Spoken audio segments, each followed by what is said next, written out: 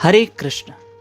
आज का प्रसंग बड़े ध्यान से सुनना कि एक बहुत बड़ा लोहे का व्यापारी था, लेकिन लोहे का व्यापार कर करके वो थक गया।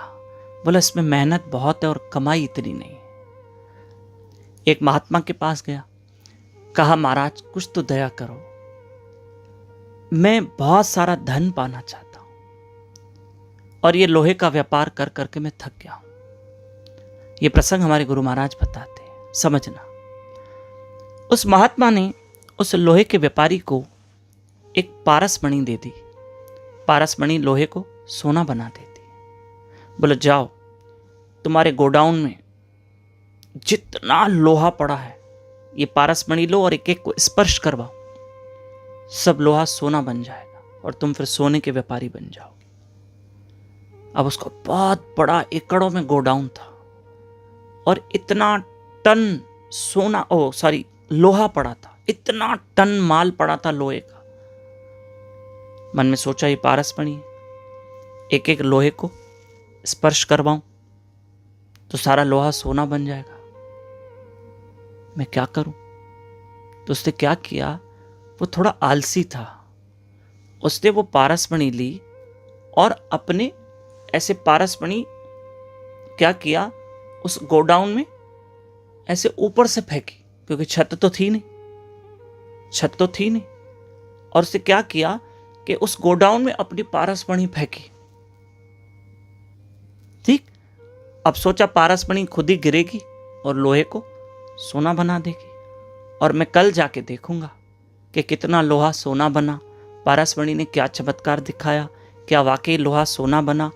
उसने तुरंत उस गोडाउन में पारसमणि फेंक दी, क्योंकि छत तो थी नहीं ना, और उसे लगा कि जाके लोहे से पारसमणि टच करेगी और लोहा सोना बन जाएगा। ठीक है, सुबह हुई, उसने क्या किया, उस गोडाउन का जो था दरवाजा खोला, देखा सारा लोहा ही पड़ा था, सोना हुआ ही नहीं, सब लोहा था।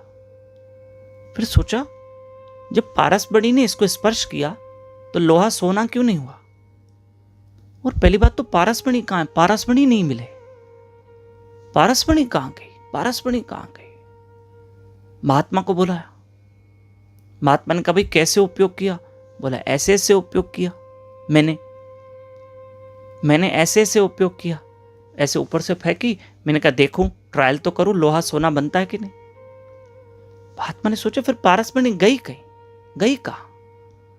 तो महात्मा का ध्यान गया कि उसके गोडाउन में एक बहुत बड़ा पीपल का पेड़ था, और जैसे उसने फेंकी ना, पता चला कि वो पारसमणि पीपल के पेड़ में फंस गई थी, नीचे गिरी नहीं। और जब गिरी ही नहीं तो फिर लोहा सोना कैसे बने। तब महात्मा ने कहा अरे भाई, कम से कम जो तुमको वस्तु दी गई है उसका उपयोग तो सही ढंग से करो तो सही। तुमने पारसमणि फेंक दी, ये पारसमणि फेंकने के लिए थी, और फेंके भी तो पेड़ में फंस गई, पीपल के झाड़ में फंस गई। और तुमने ये कैसा उपयोग किया, तुमने उसका उपयोग सही नहीं किया।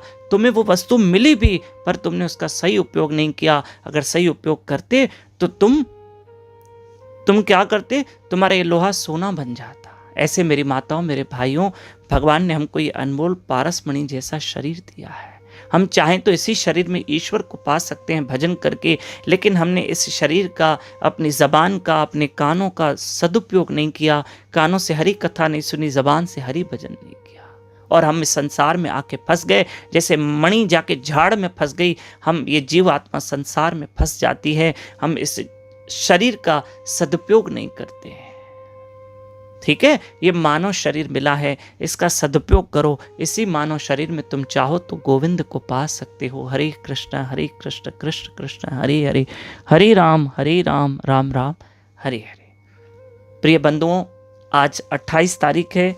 28 और 1 मार्च यानी 2 दिन हमारे गुरु महाराज जी के सत्संग उल्लासनगर 5 में है। शाम को 7:30 से 9:30 बजे तक इस एड्रेस पर जरूर 5 नंबर उल्लासनगर में बापू जी के प्रवचनों का लाभ लीजिए। हरे कृष्ण।